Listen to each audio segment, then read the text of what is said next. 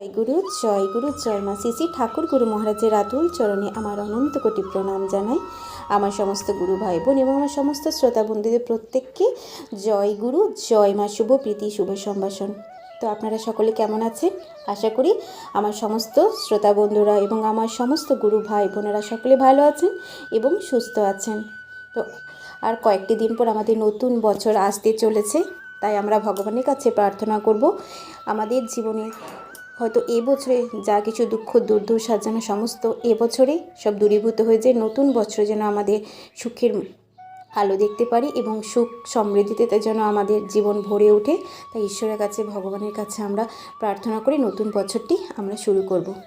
তো আসুন কথা না বাড়িয়ে আজকের এই ভিডিওতে আমি আলোচনা করছি যে মাতা তুলসী, সনাতন ধর্মে যে মাতা তুলসী কতটা গুরুত্বপূর্ণ।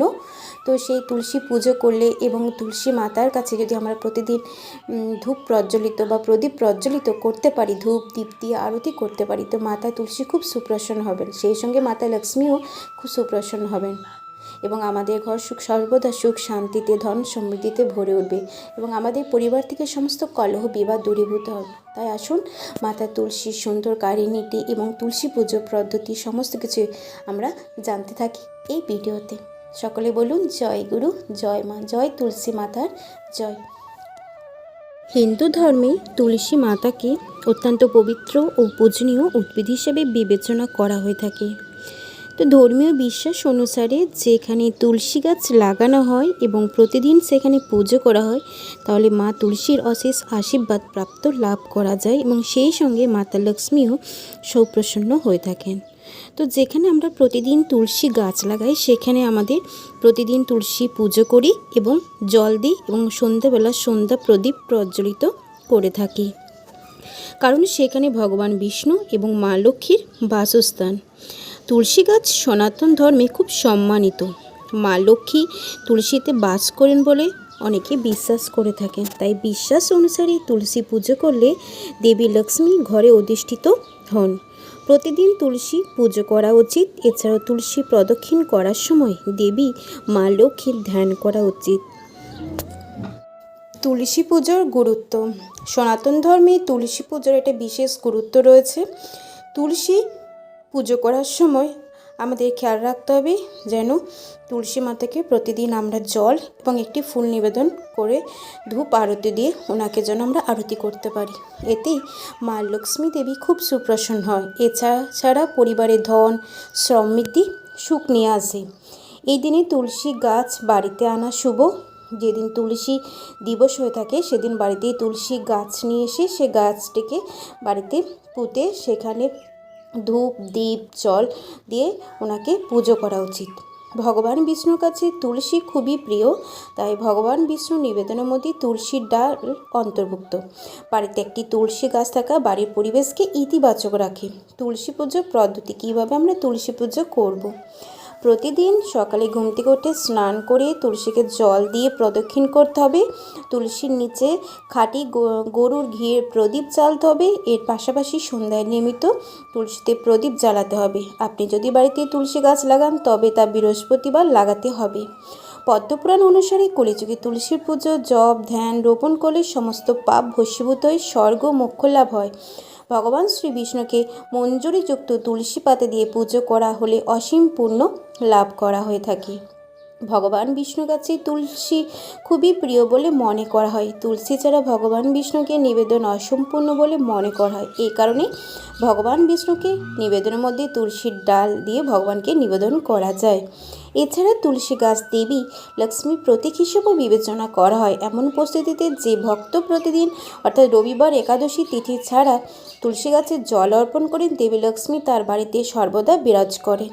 বাড়িতে তুলসী লাগানোর অনেক উপকারিতা রয়েছে। এটি পারিবারিক কলহ কমায় বলে বিশ্বাস করা হয়।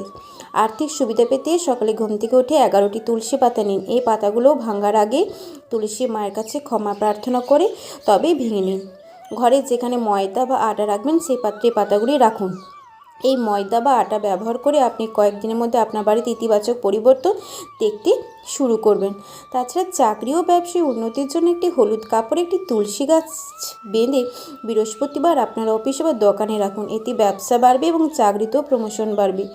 বাস্তুশাস্ত্র অনুযায়ী বিশ্বাস করা হয় যে যে বাড়িতে তুলসী গাছ লাগানো হয় সেখানে বাস্তু সংক্রান্ত কোনো দোষ থাকে না। তুলসী গাছ আসন্ন দুর্যোগের তথ্যও দেয়, ফলে সবুজ তুলসী গাছ সুখ, সমৃদ্ধি ও সৌভাগ্য নিয়ে আসে। পরিবারের আর্থিক অবস্থার জন্য শুভ বিবেচিত। যেখানে কোনো কারণ ছাড়াই তুলসী শুকিয়ে যায় ভবিষ্যতে কিছু সমস্যার ইঙ্গিত দিয়ে থাকে। কারণ তুলসী গাছ সর্বদা বাড়িতে রাখা একান্তই দরকার। আবার সেই সঙ্গে সঙ্গে মাতা তুলসীকে প্রতিদিন শুধু বাড়িতে রাখলেই হবে না, যাতে তুলসী মাতা প্রতিদিন জল এবং প্রতিদিন যেন ধূপ আরতি দিয়ে আরতিও করা হয়, সেটিও খেয়াল রাখতে হবে। তাহলেই মাতা সুপ্রসন্ন হবে এবং ঘরে সর্বদা পজিটিভ শক্তি বিরাজ করবে, অর্থাৎ ইতিবাচক। ঘরের সমস্ত নেগেটিভ শক্তি দূরীভূত হয়ে যাবে এবং তুলসী মাতার কৃপায় সে ঘর সুখ সমৃদ্ধিতে মঙ্গলময় হয়ে উঠবে। তাই আমাদের প্রতিদিন তুলসী গাছকে জল দেওয়া এবং তুলসী যাতে আমরা সেবা করতে পারি, তাই তুলসী মাতার কাছে আমরা প্রার্থনা করব যে হে মাতা, তোমাকে যেন আমরা প্রতিদিন জল দিতে পারি এবং ধূপ প্রদীপ দিয়ে প্রজ্বলিত করতে পারি, এটুকু তুমি আশীর্বাদ প্রদান করো। তো আশা করি আপনাদের এই তুলসী মাতার কাহিনীটি ভালো লেগেছে। তো তুলসী মাতা আমাদের ঘরে থাকলে আমাদের জীবন কতটা ইতিবাচক শক্তি পাওয়া যায় সেটি আপনারা জানতে পারলেন। তো অবশ্যই আপনারা সবাই তুলসী মাতার পুজো করবেন। তো আজ এই পর্যন্ত, আবার পরবর্তী ভিডিওতে আপনাদের সাথে দেখা হচ্ছে। সকলে ভালো থাকুন, সকলে সুস্থ থাকুন। আর এই যে জয়গুরু নিগমানন্দ চ্যানেলটি রয়েছে, সেখানে বিভিন্ন ধরনের ধর্মীয় পৌরাণিক কাহিনী এবং তাছাড়া বিভিন্ন ধরনের শ্রী শ্রী ঠাকুর গুরু মহারাজের অলৌকিক ঘটনাবলী বা মুখনিসৃত বাণী সেগুলি দেওয়া হয়ে থাকে, সেগুলি আপনারা শ্রবণ করতে পারবেন। তাই আপনারা চ্যানেলটি সাবস্ক্রাইব করবেন আর ভিডিওগুলিতে ছোট্ট একটি লাইক করবেন। আর আপনারা কমেন্ট বক্সে অবশ্যই জয় গুরু জয় মা লিখে জানাবেন। জয় গুরু জয় মা।